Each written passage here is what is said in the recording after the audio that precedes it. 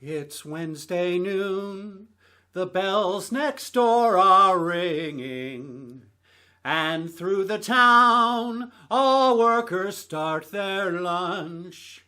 It's halfway through the week, and so that means at TSA, it's time for Hump Day Hymns. At TSA, it's time for Hump Day Hymns.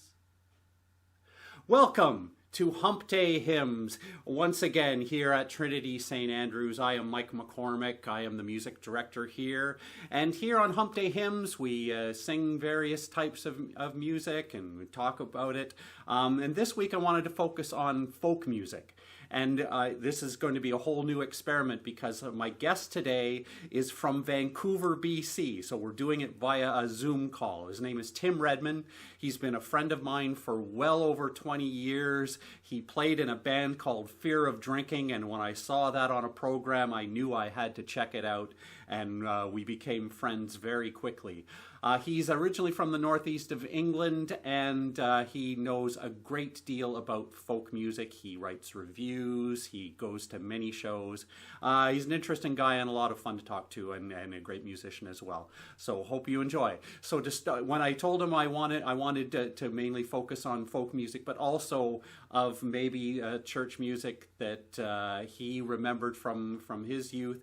He said the first tune he wanted to sing was Jerusalem. So we'll start with Tim singing Jerusalem and then get to our conversation.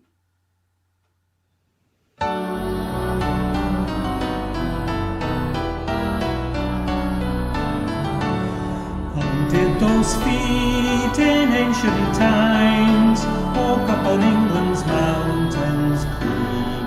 And was the Holy Lamb of God on England's pleasant pastures seen?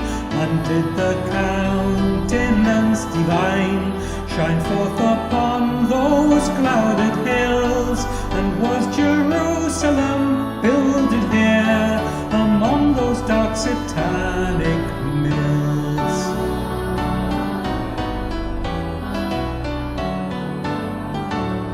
Bring me my bow of burning gold, bring me my arrows of desire, bring me my spear, all clouds unfold, bring me my chariot of fire. I will not cease from mental fight, nor shall my sword sleep in my hand, till we have built Jerusalem in England's green and pleasant land.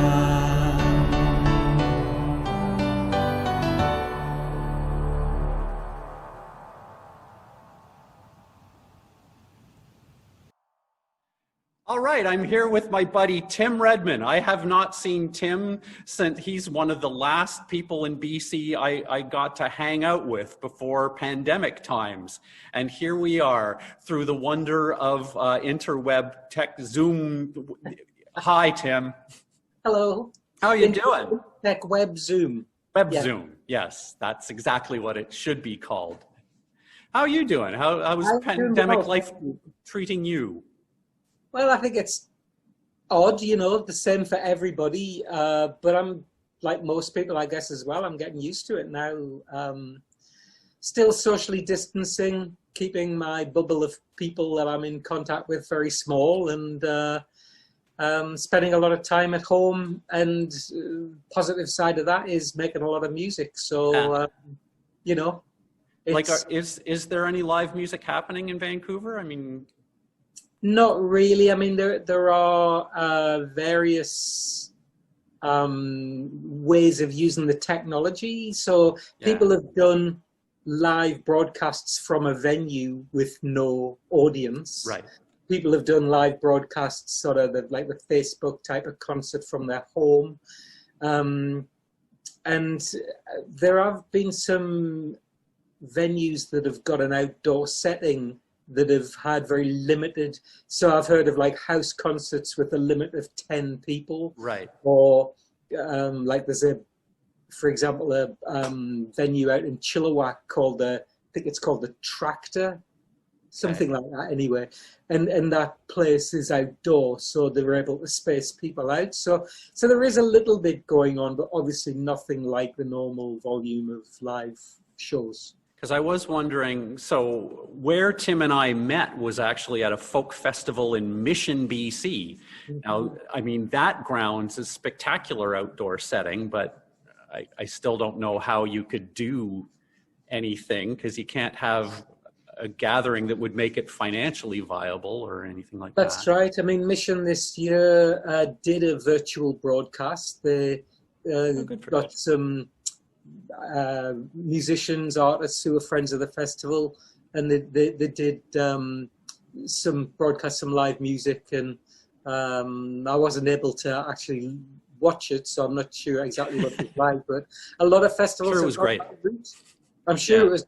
Vancouver Folk Music Festival did the same thing, so it seems like what they're essentially doing is offering their patrons a kind of a sample of what they might have been missing, and then asking them to make a financial donation of some kind just to keep things going. So it's tough times, because obviously those festivals are not big commercial events, big money spinning events. So they're doing what they can. All right, well, let's get to more nuts and bolts about music. So people may have guessed from your fake accent that you're not actually originally from BC. I am not, no, although now I've lived in Vancouver longer than I lived in England. But, have you? When was the turning point? That was actually 2 years really recently, ago, where I passed that milestone. Which is kind of funny to think, really, because it kind of doesn't feel that way, but that's the truth. Originally, I'm from the north of England. The nearest big city to where I'm from would be Newcastle. Now, is Newcastle home of Newcastle Brown Ale? It used to be. Used to be, not anymore? Funnily enough, the brewery closed, although the beer is still available, but it's now brewed 120 miles south of Newcastle. Who bought it? Leeds. So it's Leeds. Which brewery bought it? I don't know, because Scottish and Newcastle breweries kind of went the journey, right? And I think somebody obviously bid for because Newcastle Brown Ale is kind of pretty ubiquitous. You can get it all over the world, you know. So I'm not sure on the details, but yeah, it's no longer brewed in Newcastle. Oh well, no reason to go then. But you're from there, and so you grew up, I'm assuming, with a different musical tradition than what we have here. So we got to hear you sing Jerusalem. Is that something that you would have heard in church when you were a kid? Definitely, yeah. I mean, I think it was always one of the really popular hymns that was sung at civic events and those kinds of things. And because it's such a stirring piece, and because it has the poetry of William Blake, right, and because it specifically alludes to a long-standing myth of Jesus actually going to England. I hadn't even heard that one. Yeah, I mean, there are, I suppose there would be more like legends, really, of him making it as far as that. I think maybe that was more a symbolic thing than a sort of historical thing. And William Blake took that premise to write those, and did those feat in ancient times, right, on England's mountains green. So the English, like anything about themselves, they love it, right? Yeah, that's right. It's like it's about me. I love that. So did you grow up in a church tradition? England's one of the many countries that has like a national church. So yeah, we have the Church of England, which is also known as the Anglican Church, and I guess it's the United Church here. Really, is the equivalent. I did grow up in a church environment because I joined the church choir as a 7-year-old, and I was in the church choir until I was 13. So, and we used to have 2 services on a Sunday and a choir practice on a Wednesday night, and then there were weddings and funerals as well. So I was in church 3-4 times a week, week for all of that time. Yeah. So do you remember, are there tunes? Is there music you particularly remember from that time? Oh yeah, like lots and lots of stuff. The popular hymns, which I think mostly is similar to what's sung in Canada, with a few differences, I think. Then we would sing psalms as well, and then occasionally we would perform anthems, like we would do the Messiah, something like that. Wow. But that was a lot. That was maybe only like once a year we would do something like that. And of course you would have, you know, the harvest hymns like "We Plough the Fields and Scatter" that would be sung, and then of course the Christmas carols, and so all the seasonal hymns as well. Yeah. Now, did you find at that time? So when did you start getting interested in folk music? Was it around the same time? Was that a big part of your household? It was, although we wouldn't have talked about it in terms of folk music. Like we. I thought you were just going to leave it there. We didn't talk about it. I guess the way it worked was this. I grew up in a family where we were kind of old-fashioned because I was the youngest of 8 kids. So my parents were the age of a lot of my peer group's grandparents.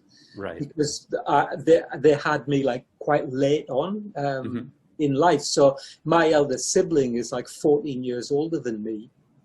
So I grew up in this tradition where we would get round the piano and sing. And in those days, what you used to get was these songbooks. Yeah. And there could be things like a compilation of Northumbrian song, or it could be popular hits.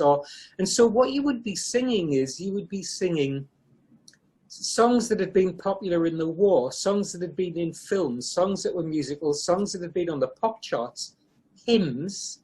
So you would go like without hesitation from singing something like Jerusalem, or Swing Low, Sweet Chariot. And then you would be doing music hall songs like The Bladen Races, Keep Your Feet Still, Geordie Hinney. And then you would be doing folk songs like Parsley, Sage, Rosemary and Thyme. But you didn't really differentiate. Right. It was just music. Go, oh, now we're going to do a folk song. This was all just within what you would consider to be like the popular canon, under the generic heading of, what does everybody know? Because the point of doing it was everybody could join in. Yeah. And that's interesting, because that's very much what we're in our little church trying to do more of, until, you know, now we're not allowed to sing together, but, you know, to try to expand the type of music that we can play in the church. Because, you know, our big, for instance, is, you know, just one day I was playing the Beatles' All You Need Is Love. And, you know, sometimes when I play tunes like that, I would actually think I was going to get in trouble afterwards for, you know, how dare you play rock and roll. But again, we were talking to the minister afterwards. He says, "Oh my gosh, but like that's the music that everyone in this building knows. And how could you get a better message than All You Need Is Love? I mean, isn't that better than?" And in those feet in ancient time, really, for what the message we're trying to do. So, like, do you have like a tune that you want to? I think we should do some music. Do you have a tune like that maybe would have been one of those? I'll do a song that's an a cappella song that comes from the coal mining tradition, because where I come from was a huge coal mining area, kind of essentially fueled the Industrial Revolution in England, along with a few other places that were big mining communities. And this is a union song encouraging people to join the union. Excellent. And it's the Blackleg Miner. And I'll get a note. It's in the evening after dark when the black-leg miner creeps to work with his dirty pants and his moleskin shirt. There goes the black-leg miner. So join the union while you may. Don't wait until you die and dare. That may not be far away, you dirty black-leg miner. He takes his pick and down he goes to hew the coal that lies below. There's not a woman in this town row will go with the black-leg miner. So join the union while you may. Don't wait until you die and dare. That may not be far away, you dirty black-leg miner. And Delaville is a terrible place. They rub wet clay in a blackleg's face. Round the pit they run a foot race to catch the black-leg miner. So join the union while you may. Don't wait until you die and dare. That may not be far away, you dirty black-leg miner. And don't go near the Seguil mine. Across the way they'll stretch a line to catch the throat and break the spine of a dirty black-leg miner. So join the union while you may. Don't wait until you die and dare. That may not be far away, you dirty black-leg miner. They take his tools, his duds as well, throw them down the pits of hell. It's there you go and fare you well, you dirty black-leg miner. Join the union while you may. Don't wait until you die and dare. That may not be far away, you dirty black-leg miner. I love that tune. So until I heard you sing that all those years ago at the Mission Folk Festival, I mean, that's a tune I had never heard before. And like, but where you grew up, would everybody have known that tune? Like, is that an They anthem? wouldn't have known all the words, but they would have immediately recognized the tune and they would have known a bit of it. What's interesting about that tune is that it doesn't have a chorus. And so I made the first verse into the chorus. Oh, okay. Because I really felt like it needed a chorus. Right. But normally, traditionally, it's just sung through the verses. And so that join the union while you may is just the opening verse. Oh, okay. And but is it tagged at the end usually, or no? It's done the once. It's done through. There's tons of versions of it. I think probably in terms of commercial music, Steel Eye Span were probably the most popular group that did it. But it was done by lots and lots of people on the local scene, and then it became popular in other parts of the country because of its kind of socialist message. So yeah. Right. Yeah.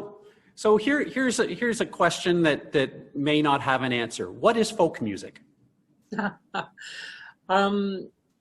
To me, folk music is music that comes from somewhere specifically. That's how I think of it. So if you look at, say,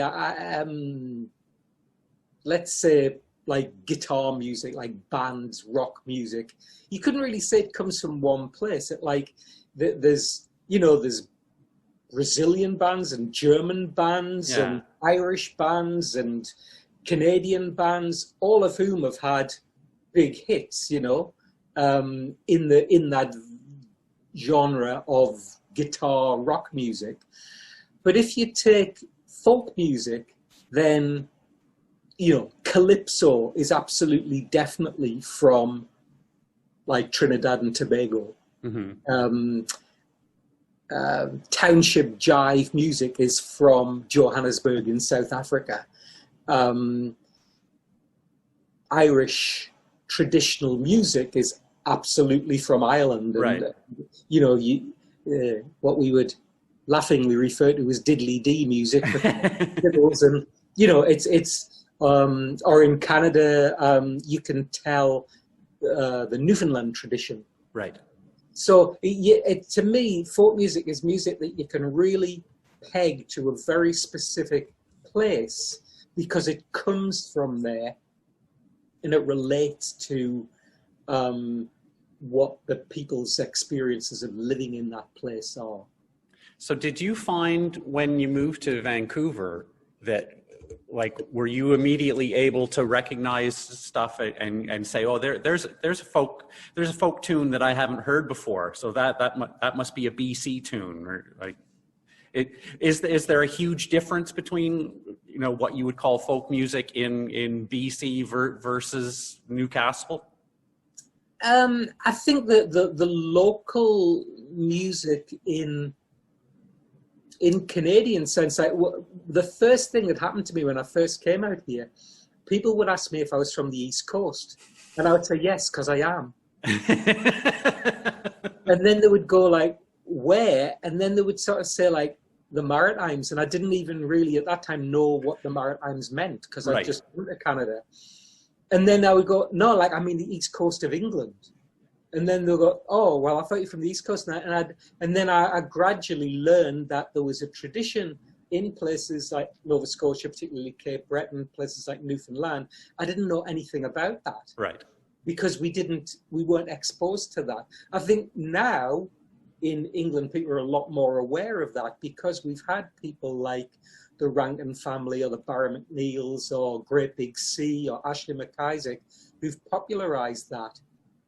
And also a lot of people looking for a more traditional form of Scottish music have come back to Cape Breton, because they've kept the tradition alive. And so you've got a lot more interchange. But in those days, I was, wow, I don't even know what that is. And then people would say like, do you know Eyes the Bye? And I didn't know what they were talking about. And I ended up learning a bunch of that material just because it was useful to have in my repertoire. Yeah. So that was new to me. The other thing that was completely new to me, I'd never heard of Stan Rogers, no idea who he was. And people were like, in complete disbelief, you know, it was like saying like I'd never heard of Gandhi or something, you know, it's like, I'd never heard of him. So of course he was known. He's on the same pedestal in parts of Canada. It's actually in front of, because he's a lot bigger than Gandhi. You can't even see Gandhi if Stan is in the building. Like, have you seen the Rogers? They're all like 6'6" Vikings. It's like 20 Gandhis to one Rogers, isn't it? That's right. Yeah, so it was like really interesting, because people were trying to sort of peg where I was from and what I was doing. And then the other thing was that this label Celtic had come into prominence, you know, for anything relating to music from that general area, you know, so it was like Celtic. And that, again, wasn't a label I would use myself. I would kind of say Irish music or Scottish music. I wouldn't think about it being all inclusive that way. So, yeah, it was quite different. Interesting. Okay, I'm going to do a quick tune, and then we'll come back to talking about Stan Rogers eating Gandhi, because I really think that's an interesting visual that we really need to explore. So this is so I'm going to do a couple tunes that are in our United Church hymn book that are on old folk tunes. So this is from, the tune is the Oh Wally Wally, which is, I believe, an English tune that's from, I don't know, a couple hundred years old, maybe? I'm not sure, but yeah, probably. I would the words I know best to this tune are "The Water Is Wide." So da da da da da da da da da da da da da. That's the tune. So the words I've got here, we've actually got two hymns that nick that tune. This one's called "Though I May Speak."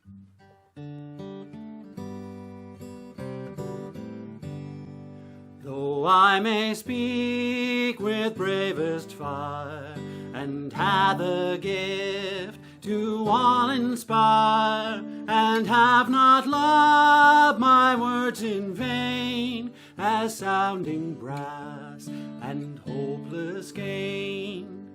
Though I may give all I possess, and striving so my love possess, but not begin by love within, the prophet soon turns strangely thin. Come, Spirit, come, our lost control. Our spirits long to be made whole. Let inward love guide every deed. By this we worship and are freed. So like, were there, when you came over, were there like artists that once you heard them, that you sort of said, oh, you know, that's something not only do I like, that would work back home? Oh, yeah, definitely. I mean, what happened in terms of when I first moved to Canada, I hadn't really been actively playing folk music.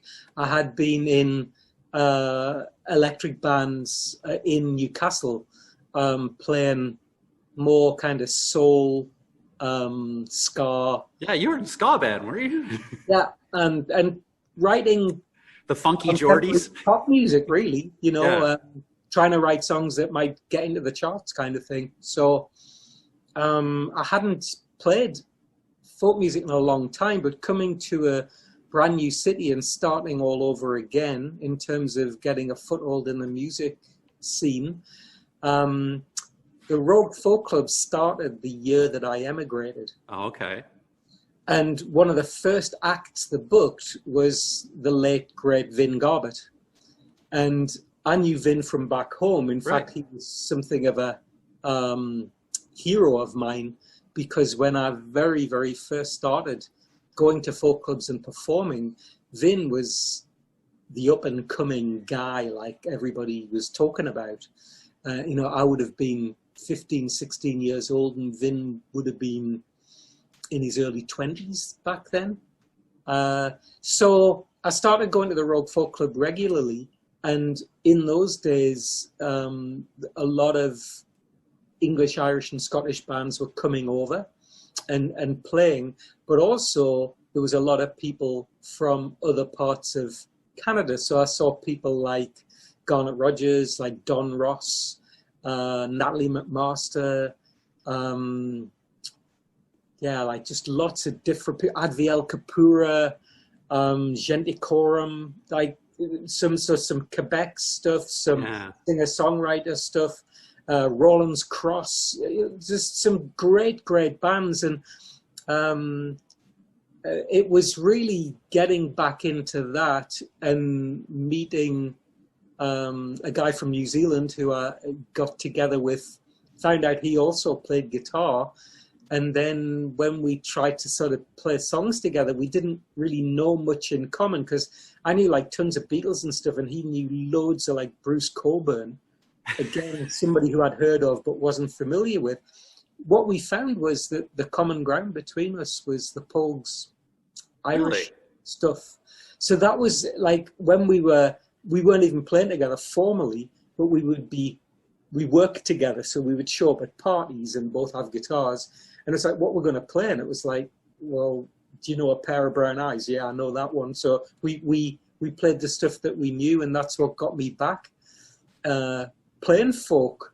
And then, you know, as I said, being new in town and going to those shows, wanting to meet people, meet other musicians, see what the scene was happening. And, you know, that was just at the time when Celtic music was becoming the most popular music on the student circuit. And so you had Spirit of the West, Great Big Sea, Captain Tractor, the Mahones. Like, it was almost like every town had a Celtic rock band that was doing that thing. So part of that was doing what any working musician wants to do and jump on the bandwagon. And yeah, we can. I already know some of that stuff, so let's go. You know. Yeah, but when you and Jared played, there was a great sort of back and forth, because you had all those great like coal mining ballads from your hometown, and then Jared would have all these great songs, because in New Zealand everyone is fascinated by sheep, and so he had all these wonderful ballads of the. Again, I don't know jack about sheep. I didn't realize that there's a whole yearly cycle of what you do with the sheep, and he had songs for like every part of the season. And yeah, it was, and again, never heard of any of these tunes, but there were some great tunes. It was really interesting to me, because as we started playing together, we started to teach each other songs, and in teaching each other songs, you start to say, well, what's that about? And so he's from a part of New Zealand, which is on the southern tip of the southern island. A lot of Scottish and Irish immigration to that particular part of New Zealand, and Okay. you can kind of hear it a bit in their accent. Yeah. And on top of that, there were. I just thought he was from the Maritimes. That's right. I thought you were Stan Rogers. Yeah. No. Or Gandhi. There was this thing about it was a huge gold mining area as well. So there's all these songs about panning for gold and that Right. kind of thing. So yeah, it was really interesting. So we would swap songs and learn each other's material, and of course, really the roots of the material that we were dealing with came back to Ireland and Great Britain. Mm-hmm. So yeah, that was interesting to explore all of that and get into that. Do you have another tune you want to favor us with? Sure.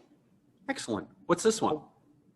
This is a song that I wrote after reading an article about the plight of the Irish people who were forced off their land and given a choice, which wasn't much of a choice because it was kind of stay home and starve or get on a ship and come to Canada. Yeah. So And goes die back on to the days where they were offering people what was called free passage. Mhm. So the song's called Free Passage to Canada.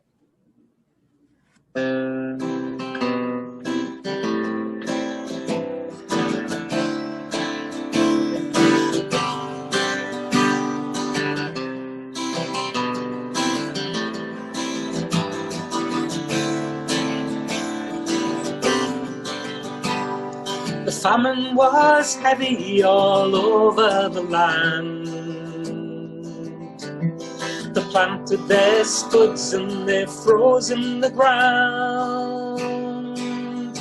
From a worthless bog came a profitable field. When the frost came, it ruined their yield. Free passage to Canada, the land of tall wheat. Hot in summer, cold in winter, they say. But there's plenty to eat, and we're starving for meat. And we can't let that get in the way.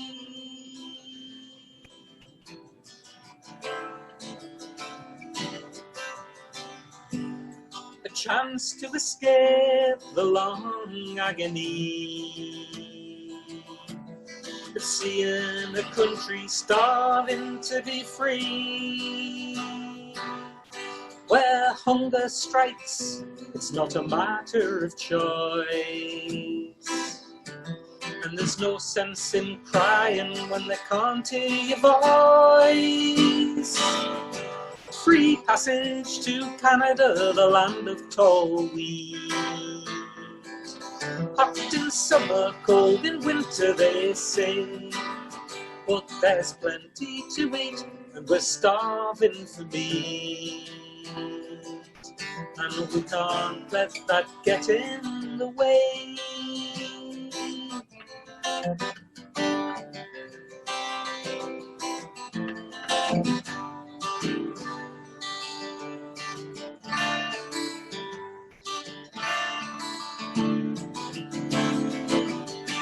Persecution and hatred have taken their toll. 10 shillings a head in Quebec for each soul. 100 free acres of farmable land. If we survive winter, we'll know we're not damned. Free passage to Canada, the land of tall wheat. Hot in summer, cold in winter, they say. But there's plenty to eat, and we're starving for meat. And we can't let that get in the way. Hey,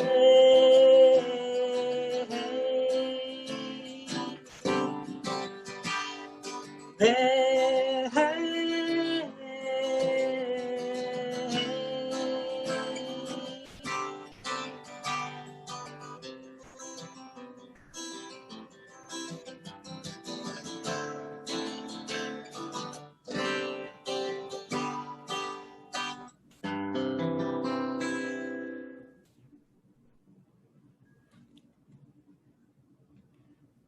Nice.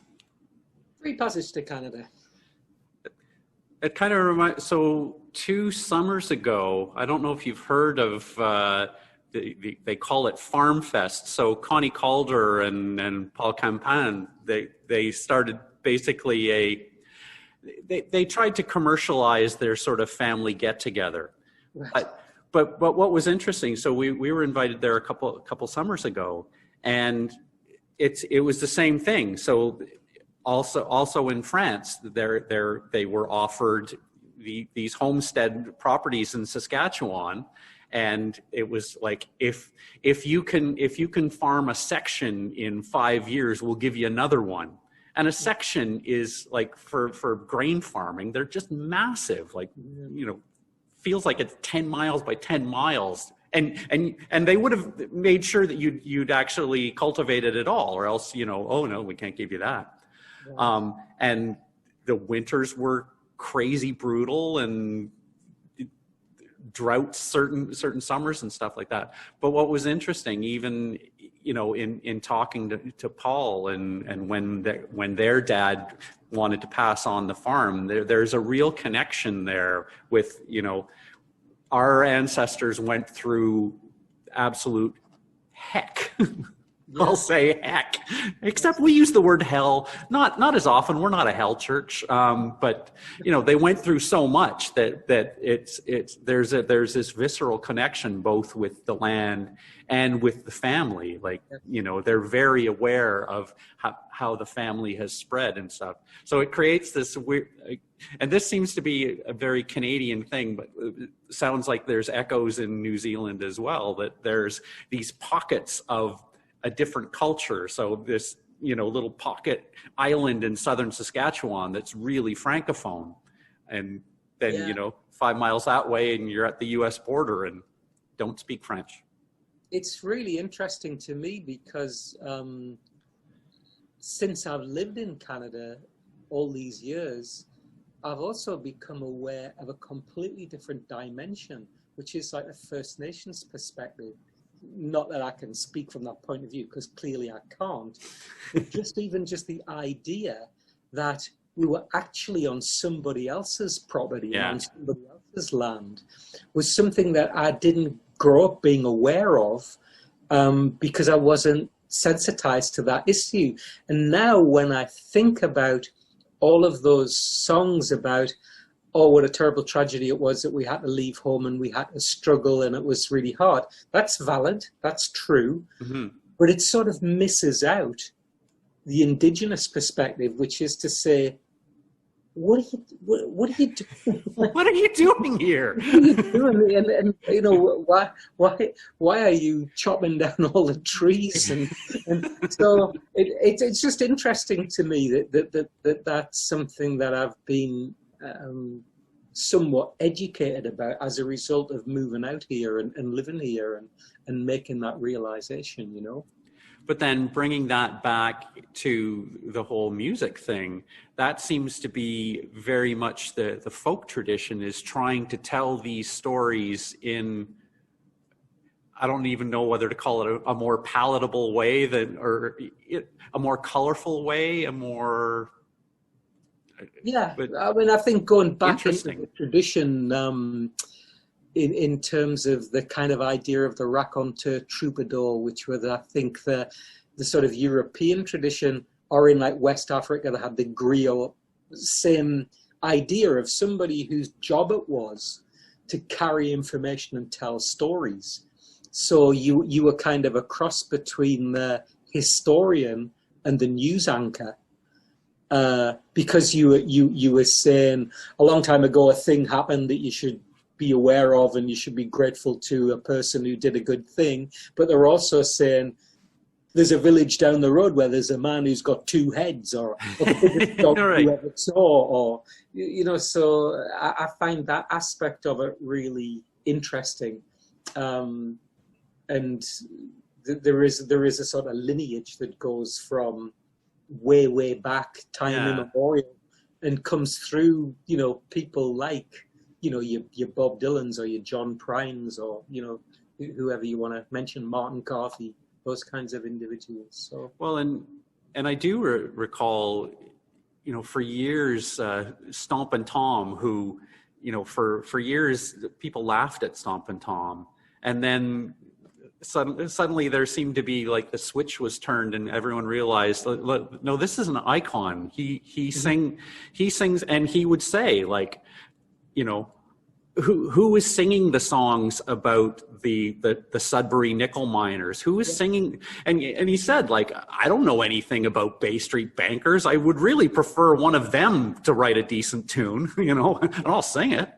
And that was one of the things I really loved when you introduced me to Vin, is that besides being like just a, you know, a really gifted storyteller and singer performer, but he was one of these guys that if he heard someone else sing a good tune, like he wanted to nick it and bring it out. So because I remember and I actually played Silver and Gold in this church one time, because, you know, again, he sang it so beautifully.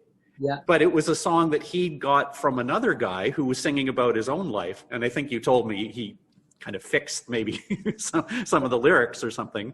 But again, it was a song that he felt not only like I'm singing this because it's a great tune and I want to sing it, but this is the only way this song will get heard, because this guy's going nowhere with it.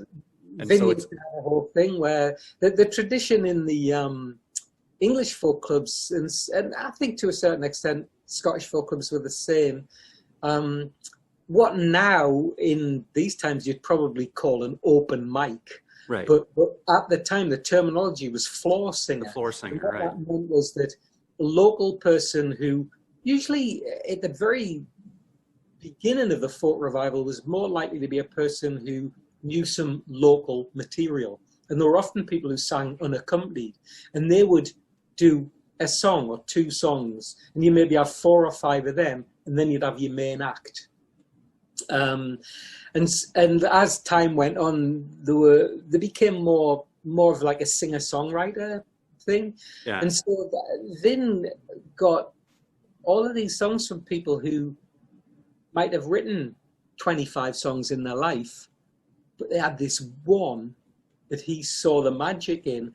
And Vin would say, I do it pretty much the same as him. I polished it up a bit for an audience. You know, which was his way of saying that he sort of sorted out a few of the rhymes and maybe changed the melody here and there. But yeah, those songs were songs written by local people about things. I mean, Silver and Gold, you know, a story of a coal miner who was made redundant and ended up retraining and becoming a dressmaker. Yeah. And making his daughter's wedding dress. I mean, like really poignant. What a great story. Yeah. And like a real life story as well. I mean, you could imagine a Hollywood screenwriter sentimentalizing something like that, but the fact that it came from a real life experience, you know. Yeah. Well, and it's a real gift, and I'm not sure, you know, I don't know, guys our age, like, I don't know if it feels like kids are still doing that kind of stuff, like sharing their own stories and stuff through social media. Just, I don't understand how to get to it. And I don't know if that kind of, I still feel like during and post pandemic, there are still going to be those troubadour type people. They may go underground again, but you know, they'll surface eventually.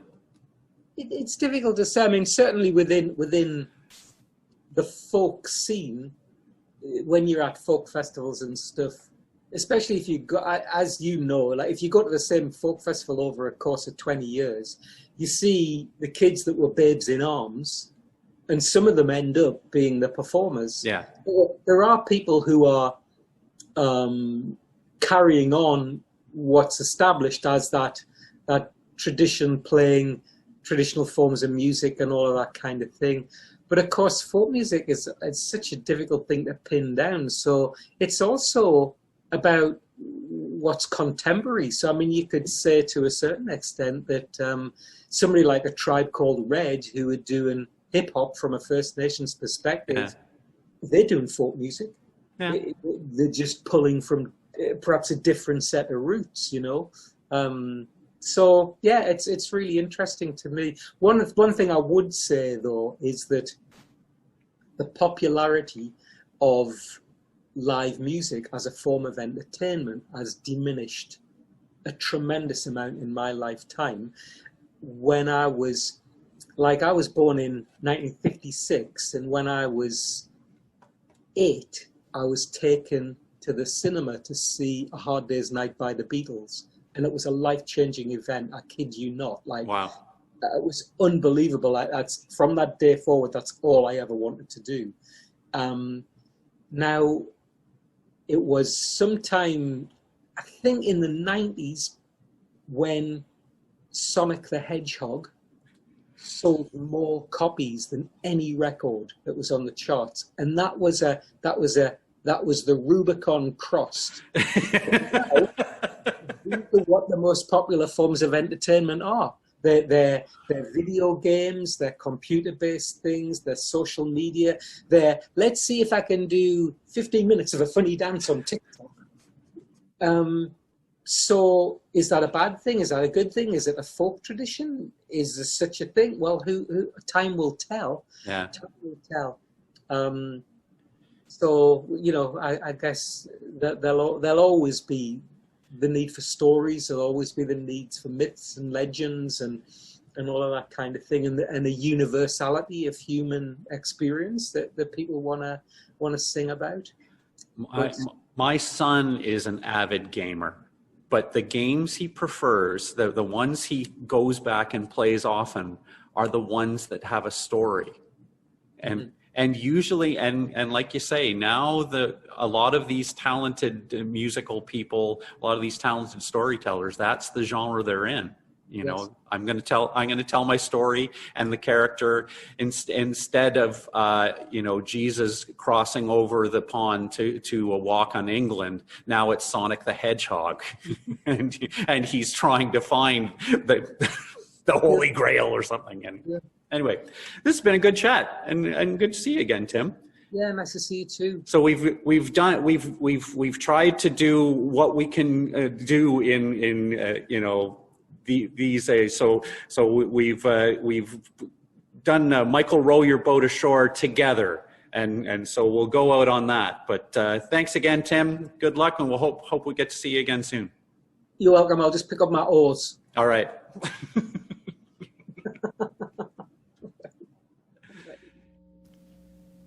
2, 3, 4.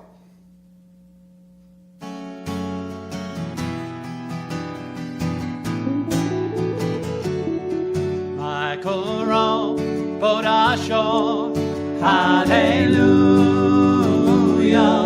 Michael Row, boat ashore, hallelujah.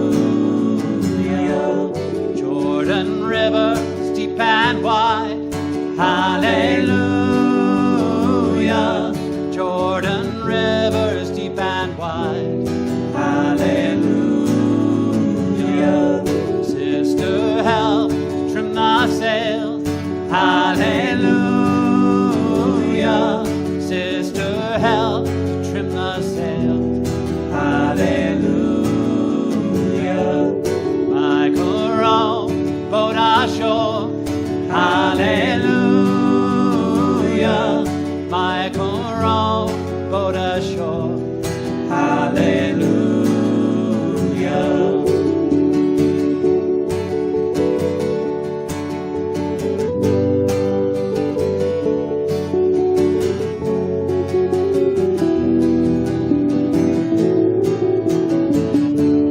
Michael's boat is a music boat, hallelujah. Michael's boat is a music boat, hallelujah. Trumpet sound, jubilee, hallelujah. Trumpet sound, the jubilee, hallelujah.